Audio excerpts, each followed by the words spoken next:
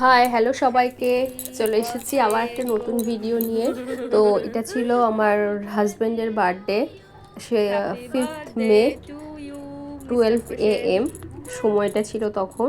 তো এই কেকটা হোমমেডই ছিল, পুরোটাই বাড়িতে বানানো বিস্কিট দিয়ে। এটার রেসিপিও শেয়ার করব আমরা, ননদই বানিয়েছিল, আমি জাস্ট হেল্প করেছিলাম। তো সেটাই কাটিং হচ্ছিল রাত্রির 12টার সময়।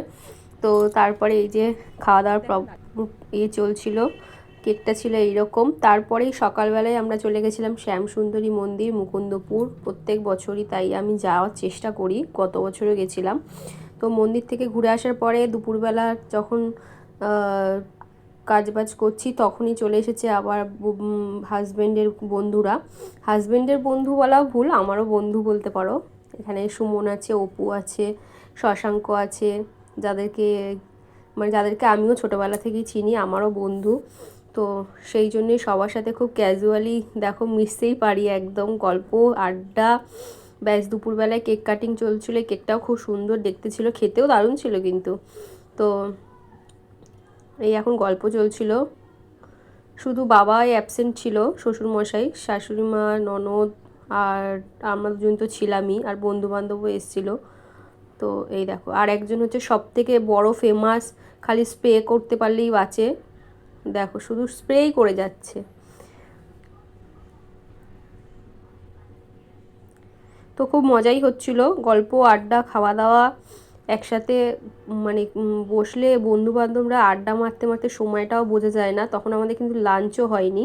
এই কেকটা খুব সুন্দরই ছিল খেতে, বললামই তো। এই ছিলাম, সুমন ছিল, শশাঙ্ক ছিল, অপু, দিব্যেন্দু আর আমার হাজবেন্ডও ছিল, আমিও ছিলাম, আর ফ্যামিলির সবাই দেখো ছিলাম। কত কিছু তো রান্না তারপরে হচ্ছে, লাঞ্চে বসে এই গেছিলো, ভাজা, লাঞ্চটা কি একটু কি লেট ভাজা হয়ে আছে এখানে, গেছিলো, পটল লাঞ্চে বসে ভাজা, গেছিলো। ভাত, মাছ এই ভাজা, ছিল আর এটা হচ্ছে লাল আলু ভাজা, এটা কুমড়ো ভাজা, ওটা ভেন্ডি ভাজা, ঠিক আছে।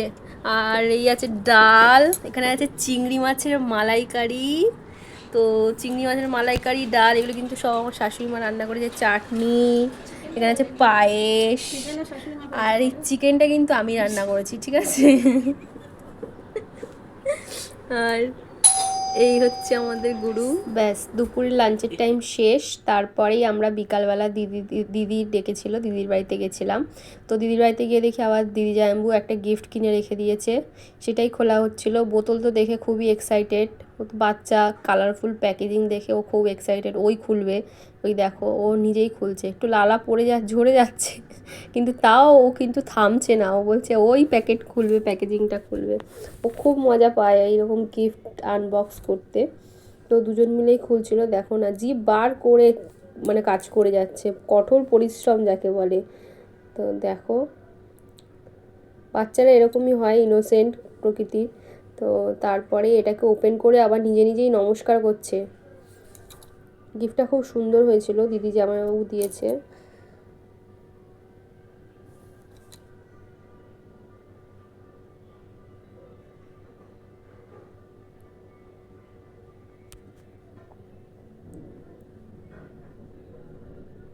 ওই দেখো খুলতে দেবে না, ও নিজে খুলবে, পারছে না তাও ও নিজেই খুলবে।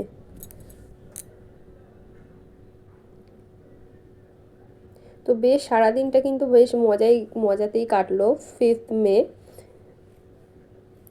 দেখো খুব সুন্দর হয়েছে গিফটটা, একদিকে রাধাকৃষ্ণ আর একদিকে হচ্ছে ওয়াল ক্লক। আর এটা ছিল রাত্রেবেলা, আবার রাত্রেবেলা একটা কেক আর এনেছিল ওরাই। তো তারপরে চলছিল, এখানে ডলি অ্যাটেন্ড করেছিল, ডলি দুপুরবেলা আসতে পারিনি। না না তো ফ্যামিলির সবাই আছি আর নিজেদের কাছের বন্ধু বান্ধবরাই আছে। সত্যি সময়গুলো হ্যাপি খুব ভালো বার্থডে লাগে। To you, happy birthday to you, happy birthday to you. May God bless পড়লেনটা বল না অতটা মনে নেই। তোর বল, তুই বল।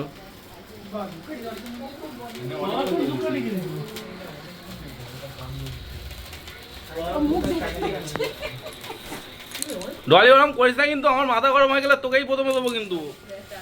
হ্যাঁ তোকে দেবো না বলেছি তো, একটুকুনি দিলে কিচ্ছু হবে না। ওই দা তুই অত বকছিস কিসের জন্য কাকু? ঘন্টু আরাম করলে কিন্তু খেলবো না। আবার সেই দুপুরের মতো স্নোম্যান নদীতে ব্যস্ত। আর নেই।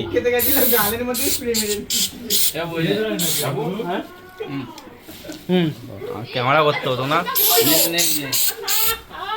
এ স্নোফল হচ্ছে, হেভি লাগছে কিন্তু।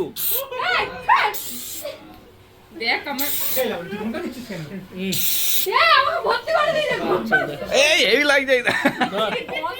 দেখো তারপরে এই অবস্থা আমাদের এ সবার। আর একটা আছে, পালাস না কেউ। গিফট আছে গিফট। হ্যাঁ গিফট আছে, কই কই দেখি।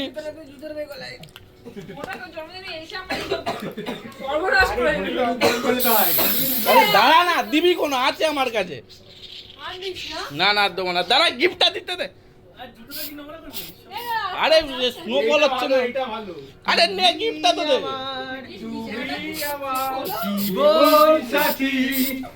আমি তোমার ভালো ভালো। আরে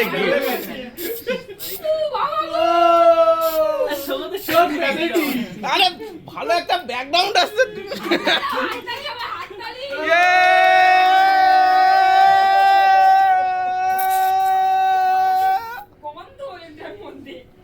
ঘন্টু বেশ ফাঁকি আছে, দাঁড়া।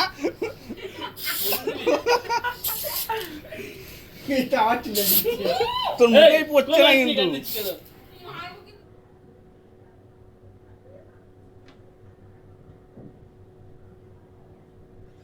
দেখো সব বন্ধুরা রয়েছি, ঘন্টুও আছে সাথে, সাথে ফ্যামিলি। টাটা।